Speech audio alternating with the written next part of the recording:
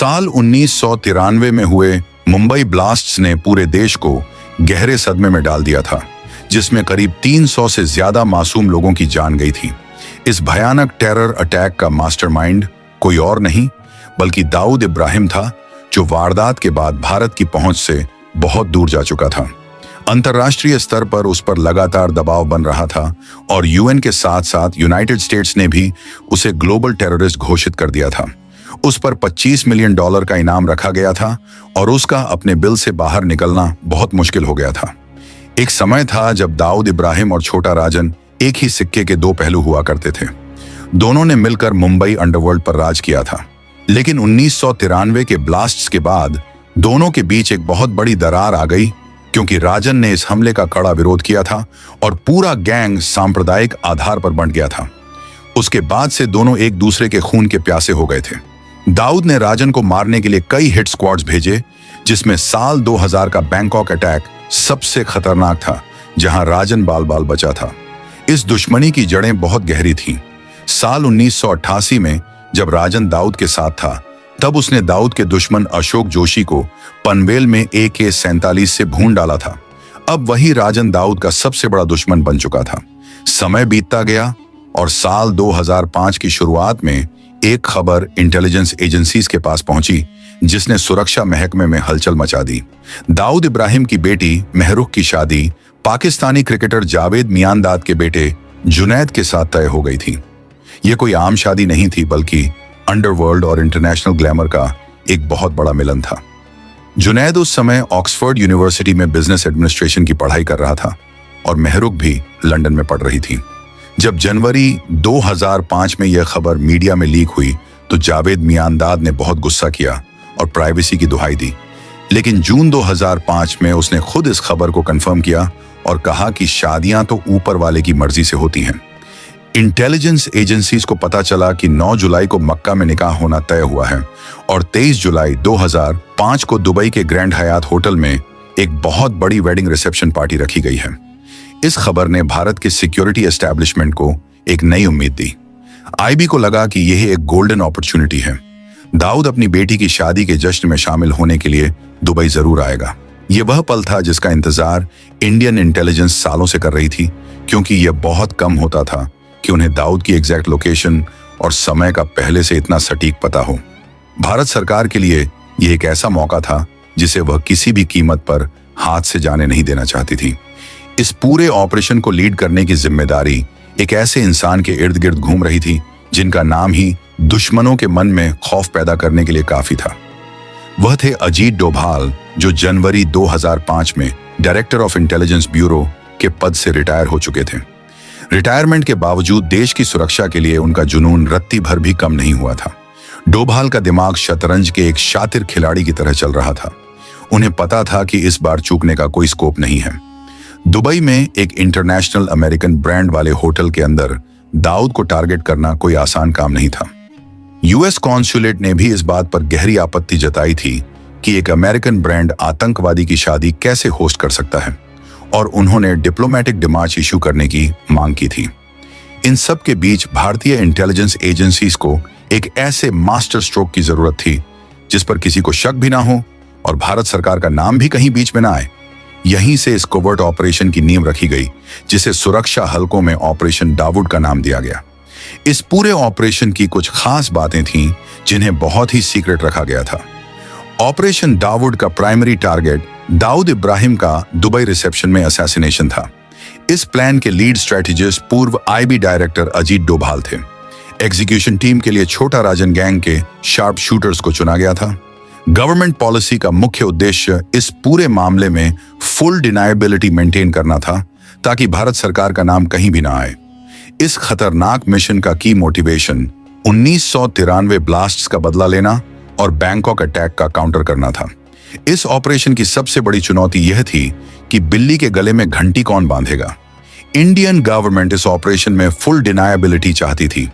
इसका सीधा सा मतलब यह था कि अगर कुछ गलत हो जाए या बात बिगड़ जाए, तो सरकार आधिकारिक तौर पर यह कह सके कि उनका इस पूरी घटना से कोई लेना देना नहीं है।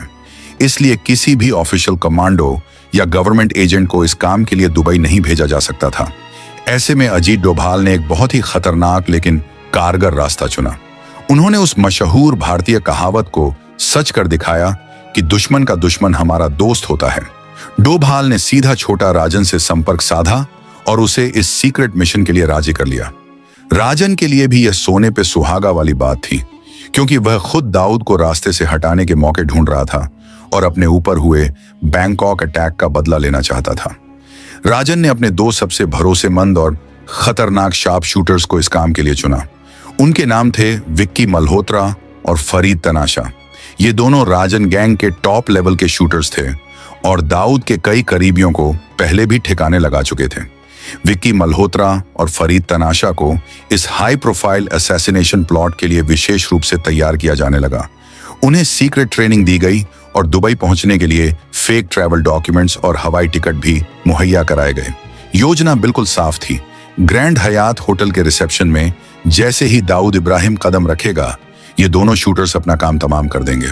जुलाई 2005 का पहला हफ्ता शुरू हो चुका था और यह प्लान अपने बिल्कुल अंतिम चरण में पहुंच चुका था। विक्की मल्होत्रा और फरीद तनाशा भारत आ चुके थे और उन्हें देश की राजधानी दिल्ली में रुकवाया गया था। वे दोनों लुटियंस दिल्ली के एक आलीशान होटल मडोना होटल में ठहरे हुए थे। यह कोई आम मुलाकात नहीं थी, बल्कि अंडरवर्ल्ड और इंटेलिजेंस एजेंसियों के बीच एक बहुत ही गुप्त गठजोड़ की तैयारी थी। अजीत डोभाल, जो इस पूरे ऑपरेशन के मास्टरमाइंड थे, वह खुद इन शूटर्स के साथ लगातार संपर्क में थे और उनसे मिलने दिल्ली के इस होटल में गए थे। वह उन्हें फाइनल ब्रीफिंग दे रहे थे कि दुबई में टारगेट को कैसे अप्रोच करना है और काम खत्म होने के बाद वहां से सुरक्षित कैसे निकलना है। हर एक छोटी से छोटी डिटेल पर चर्चा हो रही थी ताकि कोई भी गलती न हो।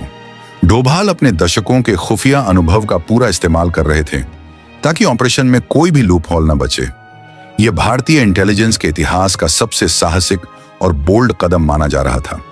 होटल के उस लाउंज में जहां विक्की मल्होत्रा और डोभाल बैठे थे, वहां का माहौल बहुत ही तनावपूर्ण लेकिन बाहर से एकदम सामान्य दिख रहा था। दोनों बेहद एनिमेटेड बातचीत कर रहे थे, लेकिन देखने वालों को वे पूरी तरह से रिलैक्स लग रहे थे। विक्की मल्होत्रा को पता था कि वह जिस मिशन पर जा रहा है वह उसकी जिंदगी का सबसे बड़ा जोखिम है। अगर वह सफल होता है तो अंडरवर्ल्ड का इतिहास बदल जाएगा और अगर पकड़ा गया तो उसकी मौत निश्चित है। आईबी की विजिलेंस मशीनरी पूरी तरह से सक्रिय हो चुकी थी। पूरी दुनिया की नजरें इस शाही शादी पर थीं, लेकिन भारतीय इंटेलिजेंस की नजरें सिर्फ एक ही चेहरे को तलाश रही थी। डोभाल ने अपनी तरफ से हर तैयारी पूरी कर ली थी और शूटर्स को दुबई भेजने का रास्ता साफ हो चुका था। उन्हें लग रहा था कि उनका बिछाया हुआ जाल पूरी तरह से कस चुका है और अब शिकार का बचना नामुमकिन है। भारतीय सरकार पूरी तरह से तैयार थी कि जैसे ही दाऊद मारा जाएगा, वह पाकिस्तान के खिलाफ एक आक्रामक I told you so campaign शुरू करेंगे। लेकिन नियति को कुछ और ही मंजूर था। विनाश काले विपरीत बुद्धि वाली कहावत यहां सच साबित होने वाली थी, क्योंकि पर्दे के पीछे एक और खेल चल रहा था जिसने इस पूरी कहानी का रुख ही मोड़ दिया। देश के दूसरे हिस्से में कुछ ऐसा पक रहा था जिसकी भनक आईबी या डोभाल को बिल्कुल भी नहीं थी। एक ऐसी चिंगारी सुलग रही थी जो जल्द ही पूरे ऑपरेशन दाऊद को राख में बदलने वाली थी, और इसका स्रोत कोई दुश्मन देश नहीं बल्कि खुद भारत की एक पुलिस फोर्स थी। मुंबई शहर जो कभी दाऊद के खौफ से कांपता था, वहां मुंबई पुलिस की क्राइम ब्रांच अपने ही एक अलग मिशन पर काम कर रही थी। उस समय मुंबई पुलिस में मीरन बोरवणकर एक वरिष्ठ पद पर तैनात थीं, जो अपनी सख्त छवि और निडरता के लिए जानी जाती थीं। शहर के कई बड़े बिल्डर्स और बिजनेसमैन को लगातार अंडरवर्ल्ड से एक्सटॉर्शन कॉल्स आ रही थीं, जिससे पूरा व्यापारिक वर्ग दहशत में था। क्राइम ब्रांच की टीम जब इन कॉल्स को ट्रेस कर रही थी तो उन्हें पता चला कि ये कॉल्स छोटा राजन गैंग के लोग कर रहे हैं। पुलिस की टेक्निकल टीम ने इन कॉल्स की लोकेशन को ट्रैक करना शुरू किया। उन्हें पता चला कि मुख्य संदिग्ध विक्की मल्होत्रा कोलकाता से होते हुए दिल्ली पहुंच चुका है और वहीं से अपना एक्सटॉर्शन नेटवर्क चला रहा है। मुंबई पुलिस के लिए विक्की मल्होत्रा सिर्फ एक एक्सटॉर्शनिस्ट नहीं बल्कि एक बहुत बड़ा अपराधी था, जिस पर हत्या और हथियारों की तस्करी के कई गंभीर मामले दर्ज थे। पुलिस मॉनिटरिंग टीम ने यह भी नोटिस किया कि मल्होत्रा फोन पर दिल्ली में किसी अनजान व्यक्ति से लगातार बात कर रहा है, जिसे वह बहुत ही सम्मान के साथ सर कहकर बुलाता है। क्राइम ब्रांच को उस सर की असली पहचान बिल्कुल नहीं पता थी, लेकिन उन्हें विक्की मल्होत्रा की सटीक लोकेशन मिल गई थी। मीरन बोरवणकर ने बिना एक पल का समय गंवाए अपने एक तेज तर्रार अफसर डीसीपी धनंजय कमलाकर को दिल्ली जाने का आदेश दिया। कमलाकर अपनी टीम के साथ तुरंत फ्लाइट पकड़कर 10 जुलाई 2005 को दिल्ली रवाना हो गए। उनका मकसद बिल्कुल साफ था, विक्की मल्होत्रा और उसके साथियों को गिरफ्तार करके मुंबई लाना। उन्हें इस बात का बिल्कुल भी अंदाजा नहीं था कि दिल्ली के उस मडोना होटल में राष्ट्रीय स्तर का क्या बड़ा खेल चल रहा है। ये एक बहुत ही अजीब और विरोधाभासी स्थिति थी। एक तरफ भारत की इंटेलिजेंस एजेंसी देश के सबसे बड़े दुश्मन को मारने के लिए अंडरवर्ल्ड के लोगों का इस्तेमाल कर रही थी, और दूसरी तरफ भारत की ही एक पुलिस फोर्स उसी अंडरवर्ल्ड के गुंडों को पकड़ने के लिए अपनी पूरी ताकत लगा रही थी। एक म्यान में दो तलवारें नहीं रह सकती, और कोऑर्डिनेशन की यह भयंकर कमी एक बहुत बड़े हादसे को जन्म देने वाली थी। कमलाकर की टीम दिल्ली पहुंच चुकी थी और उन्होंने विक्की मल्होत्रा के हर मूवमेंट पर नजर रखना शुरू कर दिया था। ट्रैप बिछाया जा चुका था, लेकिन इस बार जाल में मछली कोई और नहीं बल्कि खुद शिकारी फंसने वाले थे।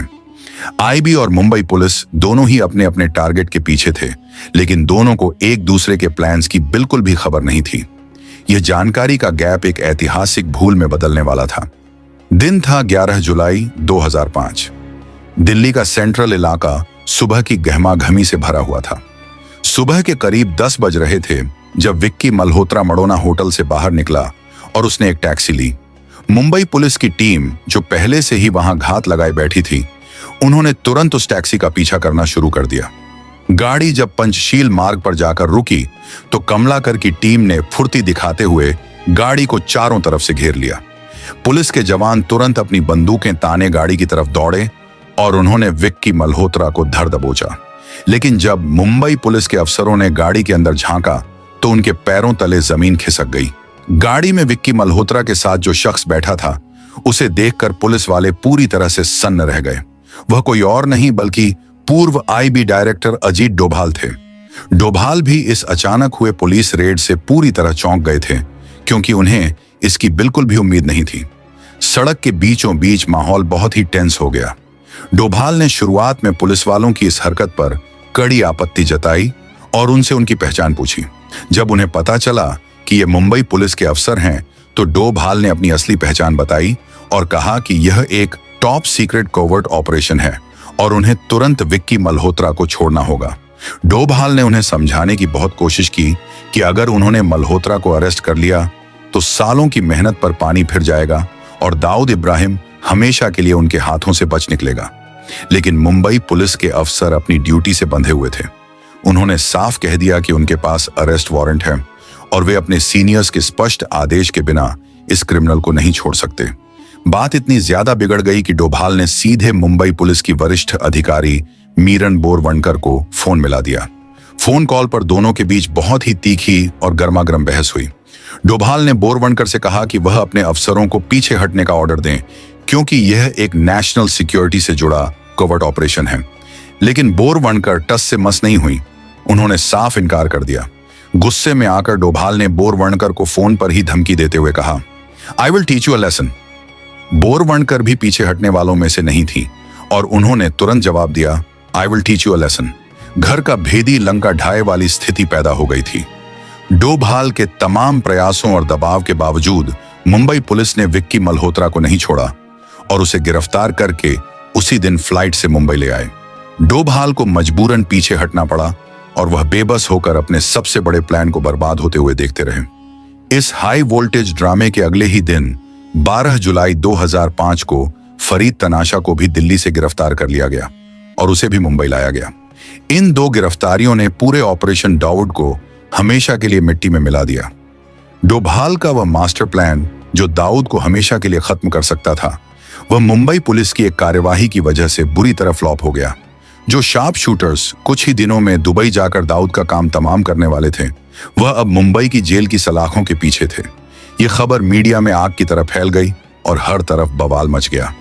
हर कोई हैरान था कि आखिर नेशनल सिक्योरिटी एजेंसीज के बीच इतनी बड़ी चूक कैसे हो सकती है। जब मीडिया ने डोभाल से इस बारे में पूछा तो उन्होंने साफ इनकार कर दिया और कहा कि वह उस समय घर पर बैठकर टीवी देख रहे थे। सालों बाद 2015 में पूर्व होम सेक्रेटरी और नेता आर के सिंह ने इंडिया टुडे के सीधी बात प्रोग्राम में एक बहुत ही चौंकाने वाला खुलासा किया, जिसने एक नए विवाद को जन्म दे दिया। उन्होंने सीधा इल्जाम लगाया कि मुंबई पुलिस के कुछ भ्रष्ट अफसर दाऊद इब्राहिम के पेरोल पर थे और उन्होंने जानबूझकर इस प्लान को खराब किया। उनका मानना था कि इन भ्रष्ट अफसरों ने इस ऑपरेशन को सैबोटाज किया क्योंकि दाऊद को इस प्लान की भनक लग गई थी और उसी ने अपने खबरी पुलिस वालों का इस्तेमाल करके शूटर्स को गिरफ्तार करवाया था। इस पूरे मामले में कई कंट्रोवर्शियल क्लेम्स और डिफेंसेस सामने आए। आर के सिंह का इल्जाम था कि मुंबई पुलिस के अफसर दाऊद के पेरोल पर थे और उन्होंने ही प्लान लीक किया था। वहीं मीरन बोरवणकर ने अपनी किताब मैडम कमिश्नर में इन आरोपों को पूरी तरह से झूठा बताया। पुलिस का तर्क यह था कि वे सिर्फ एक्सटॉर्शन कॉल्स ट्रेस कर रहे थे और उन्हें आईबी के प्लान की कोई जानकारी नहीं थी। इसके अलावा मीडिया स्पेकुलेशन यह भी था कि दाऊद को आईबी और राजन के प्लॉट का पहले से पता चल गया था। हालांकि मीरन बोरवणकर ने अपनी किताब मैडम कमिश्नर के चैप्टर एक्सटॉर्शन कॉल्स एंड 2.5 अरेस्ट्स में इन सभी संगीन आरोपों को सिरे से खारिज किया है। उन्होंने अपनी किताब में साफ लिखा है कि यह सिर्फ लैक ऑफ कोऑर्डिनेशन का मामला था और उन्हें इस कोवर्ट ऑपरेशन के बारे में आईबी की तरफ से कोई भी जानकारी नहीं दी गई थी।